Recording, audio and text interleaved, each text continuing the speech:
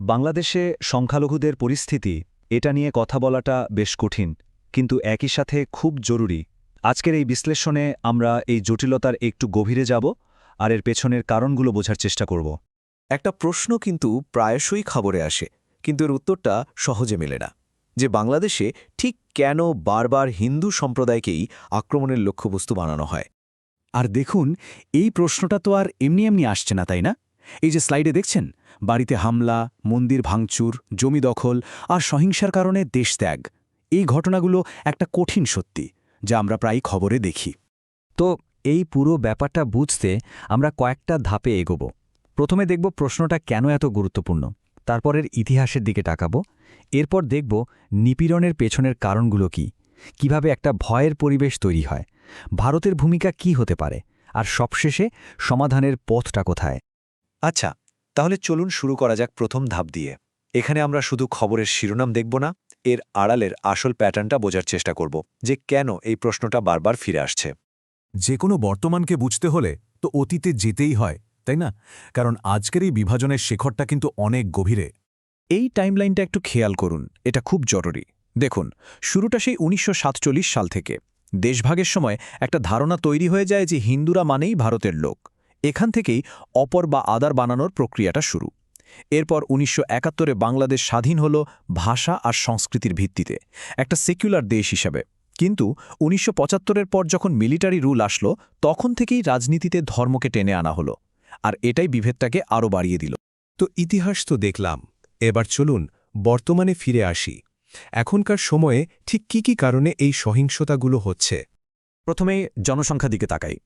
এই যে চারটা দেখছেন, বাংলাদেশে মুসলিমরা প্রায় ৯০% আর হিন্দুরা প্রায় ৯%। এই যে একটা বিশাল ফারাক, এটা কিন্তু সংখ্যালঘুদের রাজনৈতিকভাবে বেশ দুর্বল করে দেয়। ফলে কোনো হামলা হলে তারা নিজেদের রক্ষা করার মতো অবস্থায় থাকে না। কিন্তু ব্যাপারটা কি শুধু জনসংখ্যার? সূত্রগুলো বলছে এর পেছনে আরও বড়, আরও শক্তিশালী একটা কারণ আছে, যা নিয়ে খুব বেশি কথা হয় না। আর সেটা হলো এই অর্পিত সম্পত্তি আইন। এর আগের নাম ছিল শত্রু সম্পত্তি আইন। সহজ কথায়, এই আইনটা ব্যবহার করে রাষ্ট্রকে হিন্দুদের জমি নিয়ে নেওয়ার একটা সুযোগ করে দেওয়া হয়েছিল। আর পরে দেখা গেছে স্থানীয় প্রভাবশালীরা এই সুযোগটাই কাজে লাগিয়েছে।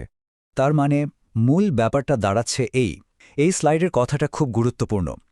ধর্ম প্রায়শই অজুহাত, আসল লক্ষ্য হল জমি এবং সম্পত্তি। মানে ধর্মকে সামনে রাখা হলেও আসল খেলাটা হলো অর্থনৈতিক, জমি আর সম্পত্তি দখল করা। তো এখন প্রশ্ন হলো, এই নিপীড়নটা বছরের পর বছর ধরে কোনো বাধা ছাড়াই কিভাবে চলে? কিভাবে এই ভয়ের চক্রটা টিকে থাকে? দেখা যায় এই হামলাগুলোর একটা রাজনৈতিক দিকও আছে। যেমন নির্বাচনের সময় হলেই সহিংসতা বেড়ে যায়। কেন? কারণ এটাকে ব্যবহার করে প্রতিপক্ষের ভোট ব্যাংক নষ্ট করা হয়। ভয় দেখিয়ে একটা পুরো কমিউনিটিকে এলাকা ছাড়া করার চেষ্টা চলে। আর সবচেয়ে বড় সমস্যা হলো, যারা এই কাজগুলো করে তারা প্রায়ই রাজনৈতিক ছত্রছায়ায় পার পেয়ে যায়। আর এই যে রাজনৈতিক আশ্রয়, এটা একটা ভয়ঙ্কর জিনিস তৈরি করে, যাকে বলে দায় মুক্তি বা ইম্পিউনিটি। মানে হলো অপরাধ করেও কোনো শাস্তি না পাওয়া। আর যখন হামলাকারীরা জানে তাদের কিছুই হবে না, তখন তো তারা আরও সাহস পেয়ে যায়, তাই না? আর এখনকার দিনে এই দায়মুক্তির সাথে যোগ হয়েছে সোশ্যাল মিডিয়া। পুরো চক্রটা খুব সহজ। প্রথমে হিন্দুদের টার্গেট করে একটা ফেক পোস্ট দেওয়া হলো ফেসবুকে, সেটা ভাইরাল হয়ে গেল, লোকজনকে উস্কে দেওয়া হলো। তারপরই শুরু হয় হামলা, বাড়িঘর, মন্দির ভাঙচুর। আর পরে যখন প্রমাণ হয় যে পোস্টটা ভুয়া ছিল, ততক্ষণে যা ক্ষতি হওয়ার তা তো হয়েই গেছে। এই লাগাতার ভয় আর নিরাপত্তাহীনতার ফল কি হয়? ফল হলো একটা নীরব দেশত্যাগ। প্রতি বছর হাজার হাজার হিন্দু পরিবার বাধ্য হয়ে বাংলাদেশ ছেড়ে চলে যাচ্ছে। সূত্রগুলো একে একটা স্লো মোশন এথনিক ক্লিনজিং বা জাতিগত নির্মূলের সাথে তুলনা করছে। এখন আসা যাক প্রতিবেশী দেশ ভারতের ভূমিকায়। এই পরিস্থিতিতে তাদের কি করা উচিত? এটা খুবই সেন্সিটিভ একটা বিষয়। এই স্লাইডটা ভারতের ভূমিকা নিয়ে একটা ব্যালেন্সড আইডিয়া দেয়। সূত্রগুলো কি বলছে? বলছে ভারতের উচিত কূটনৈতিকভাবে চাপ দেওয়া, অর্থনৈতিক সম্পর্ককে ব্যবহার করা, কিন্তু কোনো অবস্থাতেই সামরিক হুমকি বা ধর্মীয় উস্কানি দেওয়া উচিত না। কারণ তাতে হিতে বিপরীত হবে, মানে বাংলাদেশে থাকা হিন্দুদের বিপদ আরও বেড়ে যাবে। তাহলে এত সব সমস্যার পর সমাধানটা আসলে কোথায়? চলুন একদম শেষ পর্যায়ে আমরা কিছু সম্ভাব্য সমাধানের কথা শুনি। দেখুন, আসল সমাধানটা তো বাংলাদেশের ভেতর থেকেই আসতে হবে। কি করতে হবে?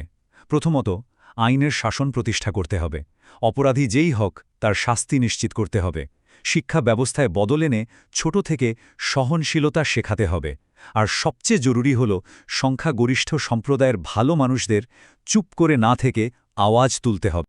তো পুরো আলোচনা থেকে একটা জিনিস একদম পরিষ্কার, বাংলাদেশে সংখ্যালঘুদের উপর যে নির্যাতন, এটা কোনো বিচ্ছিন্ন ঘটনা বা দুর্ঘটনা নয়। এটি একটি কাঠামোগত সমস্যা। এর পেছনে আছে শক্ত রাজনৈতিক আর অর্থনৈতিক স্বার্থ, আর এই স্বার্থগুলোই আসল বাধা। তাই এই বিশ্লেষণটা আমরা একটা প্রশ্ন দিয়েই শেষ করতে চাই।